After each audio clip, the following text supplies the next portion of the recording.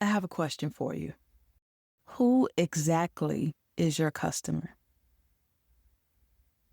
Do you know who they are? Do you know what they like?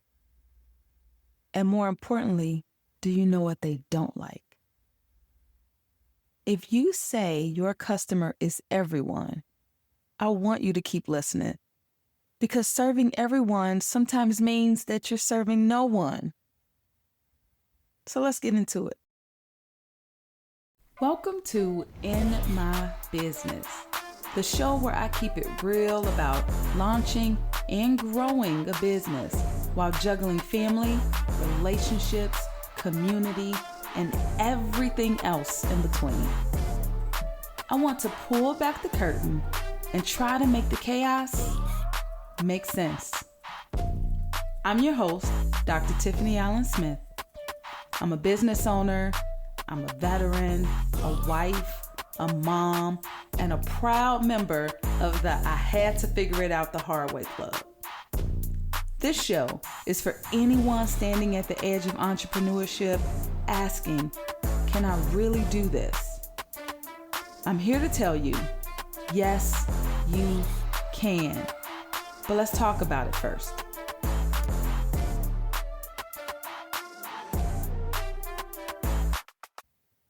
We're talking about personas for your customers. If you don't know what a persona is, it's a character sketch of your customer's thoughts and behaviors, their likes and their dislikes. And a persona forces you to attempt to get to know the people that will keep you thriving in your business. A customer persona isn't just a nice to have, it's everything. But here's something you should know. Creating a persona is just the first step. And the real magic is going to happen when you actually use it to make a profit for your business. Let me share a story with you. I was working on a project some years ago. They wanted to expand the portfolio of offerings for their organization. And during our discovery meeting, I asked them two questions. What problem are we trying to solve? And who are we trying to solve it for? The problem that the organization was trying to solve was already discovered. They had thought long and hard about what they wanted to do. And everyone that was present at that discovery meeting was able to speak to it. But that second question, well, I'll just say there were a lot of ums in those answers. They didn't have a collective understanding of who they were solving the problem for. They just had a general overview of who they thought their customers were. Now, this is where I came in. I had to get to know their customers for them. And I'll be honest, I was happy to do it because that's why I was there. That's why they brought me in as a UX researcher. It is important for me to say that the problem they were trying to solve was not for every customer that they had. What we had to identify was what customers were experiencing these problems and how could they benefit the most from the new solution. To do that, we had to understand the customer's journey. But we couldn't understand the customer's journey without understanding the customer as a person. For those small businesses who are listening and can't afford a consultant or a marketing firm, I want you to understand who your customers actually are. And that is what I'm going to help you with. So here we go. Let's start with a basic sketch. And this is going to be a demographic profile of your main customer types. Some of you may know this already, and some of you may not. And that's okay if you don't. There are surveys and questionnaires that you can send out that can help you understand your customers a little more. If you have access to any market data, this is also a good place for you to start. But for now, let's just go off of who you think your customers are And you can always validate this later when you speak to them, or you can drill down into some of that data that you have. Now, identify at least 3 customer personas, because I want you to start to visualize these customers. If you can draw, go ahead, sketch it out. But if you also use some sort of AI software, this could be a really good project to start crafting an image of your customer types. All right, let's walk through one together. And I'm going to ask you some questions. Don't just answer the questions. I want you to start to create a narrative around them. Now, I've seen people create the most interesting stories, and you don't have to do all of that, but you can have fun with it. This is an opportunity for you to expand your thinking about who your customers are. All right, here we go. Question number 1. What is the gender of your customer? Question number 2. How old are they? Question 3. Do they have a family? Are they married? Do they have kids? Are they taking care of their parents? What's that family life like? This is really important for you to know, especially if you have a business that is centered around family dynamics. You want to know this stuff and you want to drill down into this stuff. Question number 4, what is their occupation? This is so important. Based on your demographic and your business, this could be where you need to target some of your marketing efforts because you're looking to service a certain occupational field. Question number 5, what is their income? So important. You can do maybe an income range. Drill down into this because this is important to understand what that income is for that persona. 6, how many hours do they work? Are they hourly? Are they salaried? If they're hourly and they come in and they work every day from 8 to, 3, and they're clocking out at 3, you need to know that.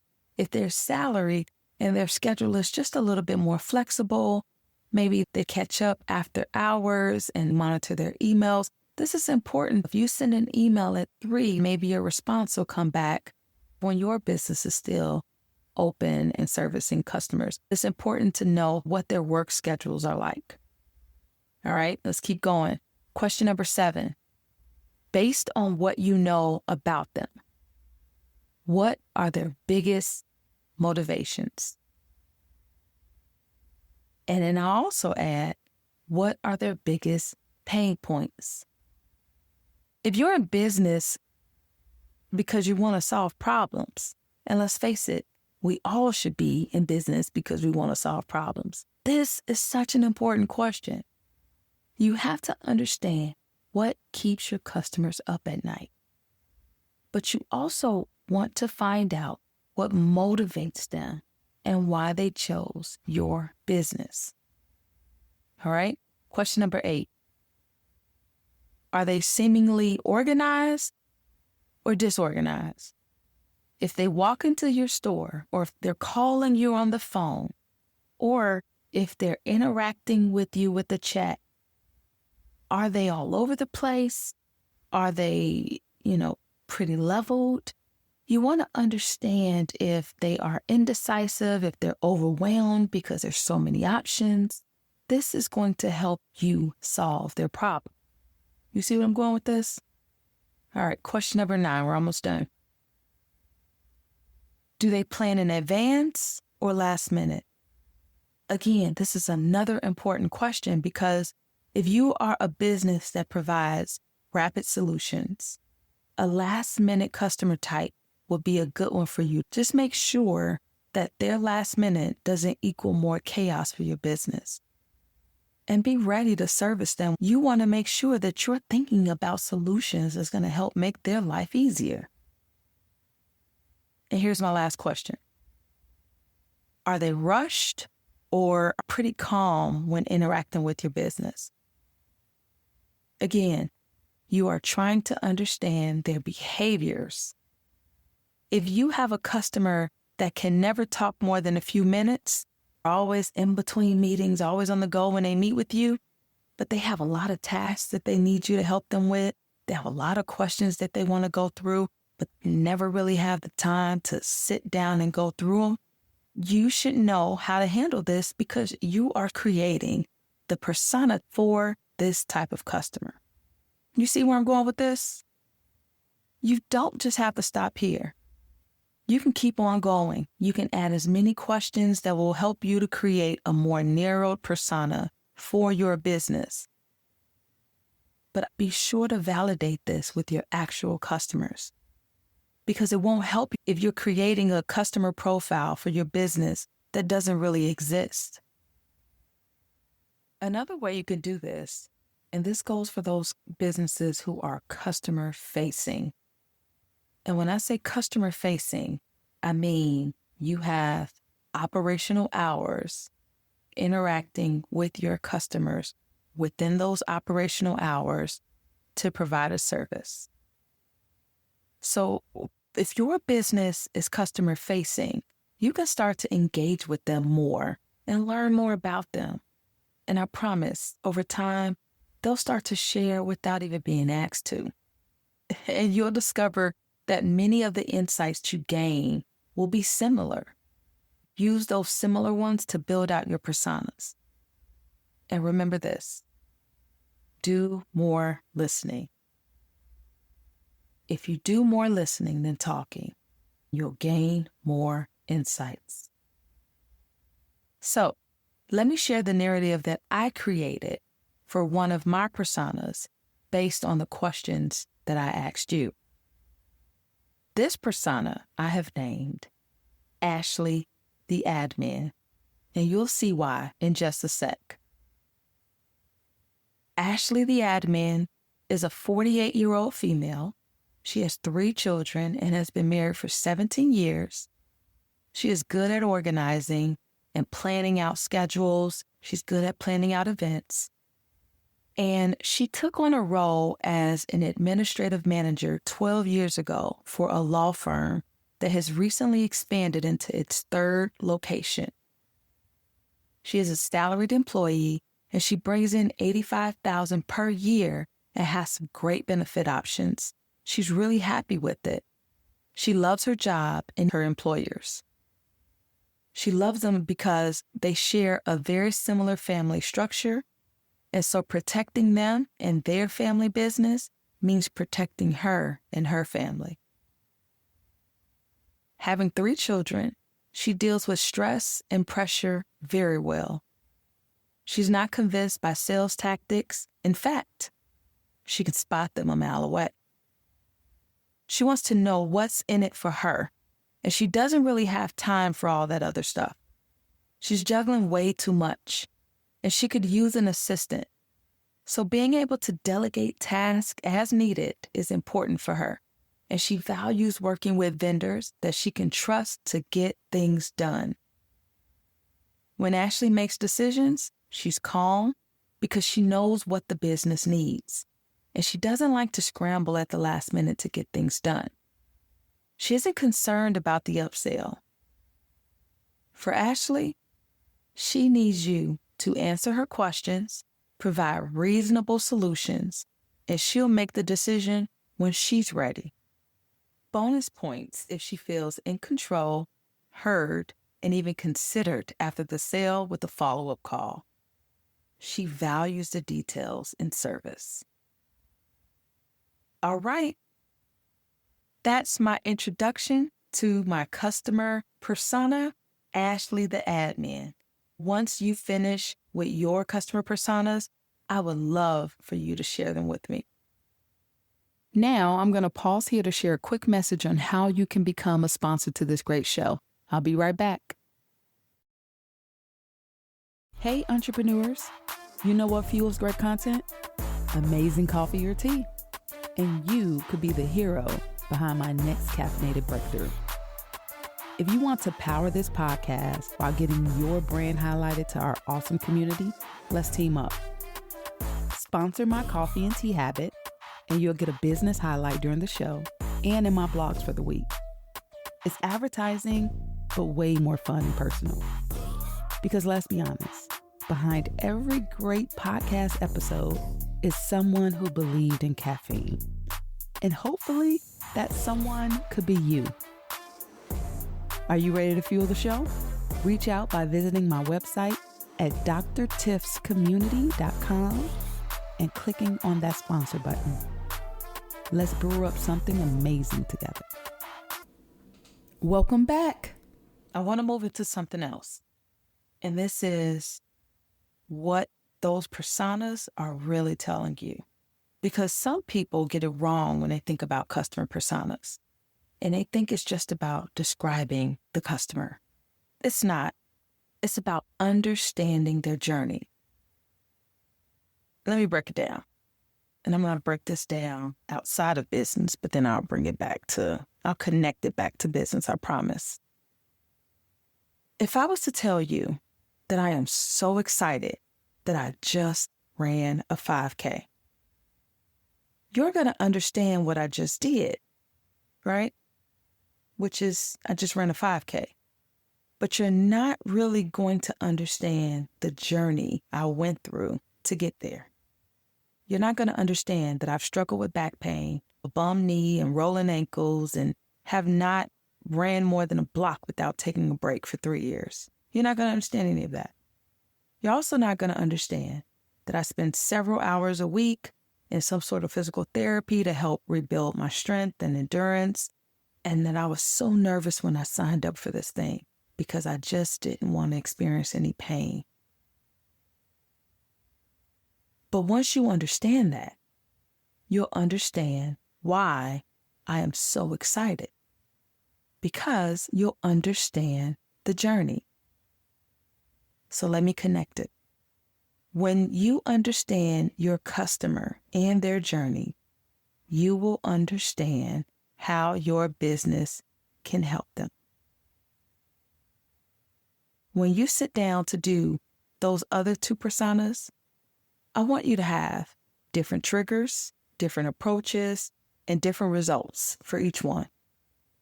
They should not all be the same type of person. They should be distinct. If you can only think of one, that's okay. You can work on the others as your business grows. But now, at least you'll have a starting point with that one. Now let's move on to making these personas work for your business. All right, we started to identify who the customer was, what they like, what they didn't like.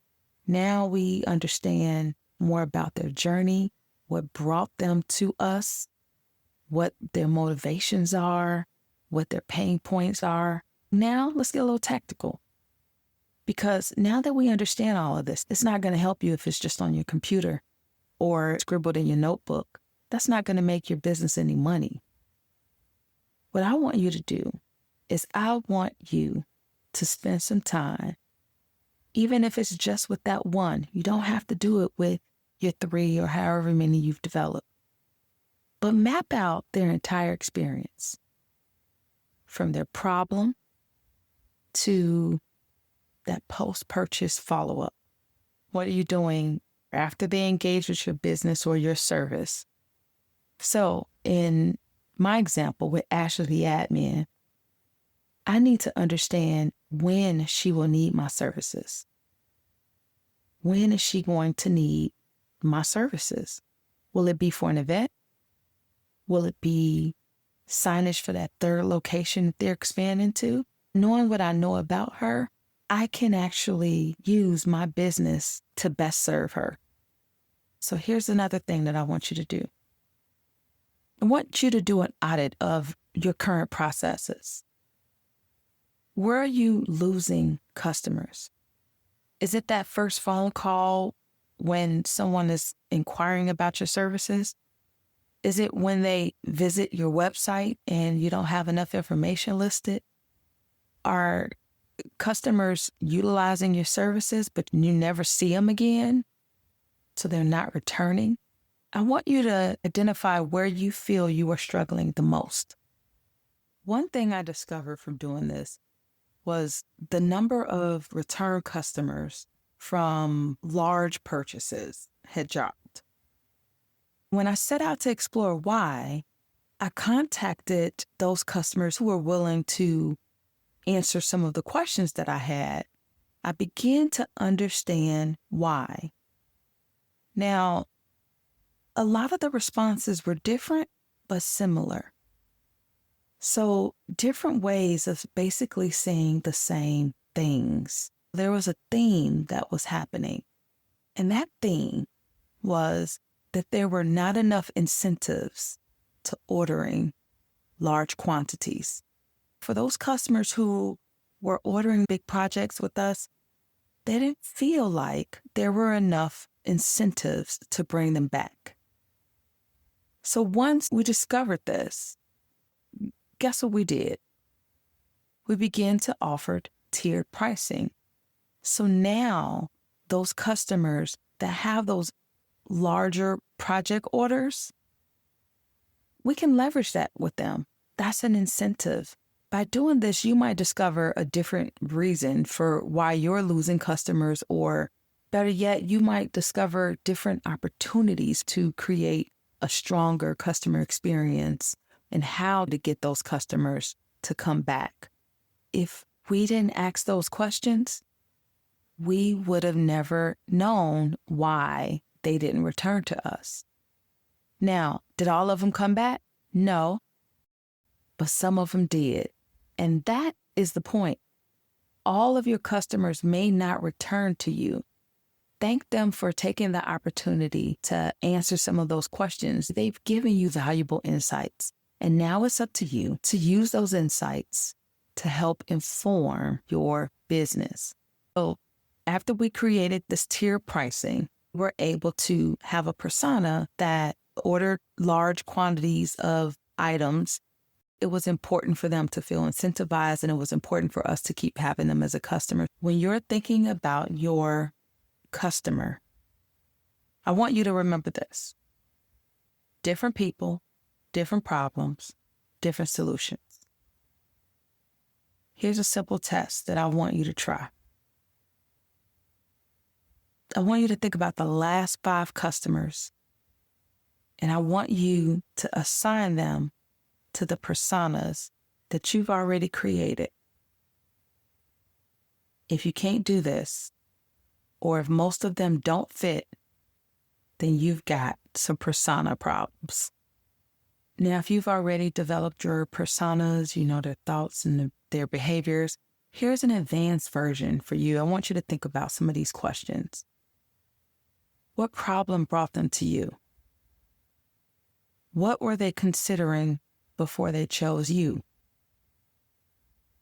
What made them say yes? How do they prefer to communicate? What will make them come back? If your personas can predict those answers, then you are good. If not, it's time to listen to this podcast again and go back to the drawing board. All right? So here's my takeaway. Your customer personas should make your business easier to run, not harder. You're doing your customer research. You're doing all of this work up front, but I promise you it will pay off in the end. If creating 3 different approaches feels overwhelming, then don't create 3. Just start with that one. And I want you to master serving that one persona so incredibly well that after you do that, you expand to the second persona and to the third. But whatever you do, stop trying to be everything to everybody. I want you to be something specific to somebody specific.